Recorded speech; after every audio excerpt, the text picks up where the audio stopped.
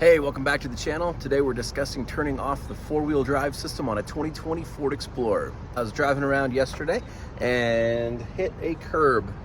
Ouch. Ouch. Big scuffs, but that's the deal right there. Big gash in my sidewall, and yeah, gonna have to get this tire replaced. That's a bummer. But here's the deal. I have the all-wheel drive version of the Ford Explorer, and it's all-time all-wheel drive. And so when I put the spare tire on, it was still trying to engage four-wheel drive. And so the question is there a way to turn it off?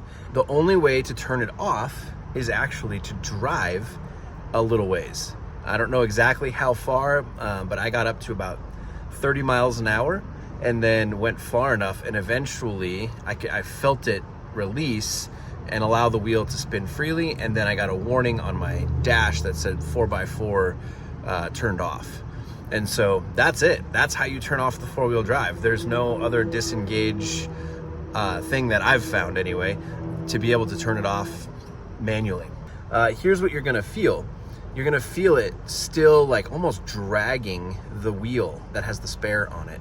It's gonna you're gonna feel the actuator continuing to try to go into four-wheel drive to engage that wheel, and it's just gonna resist because it's not the same diameter, assuming you have this the donut, not the full-size spare on your vehicle. So good luck with whatever you've got going on. I hope your situation, in your situation, you're okay. And just if you need to turn that four-wheel drive off, and just keep driving, and it'll eventually turn itself off as it senses that it's not working properly. Thanks for checking out the channel today. Hope your day goes well. Remember, you got this.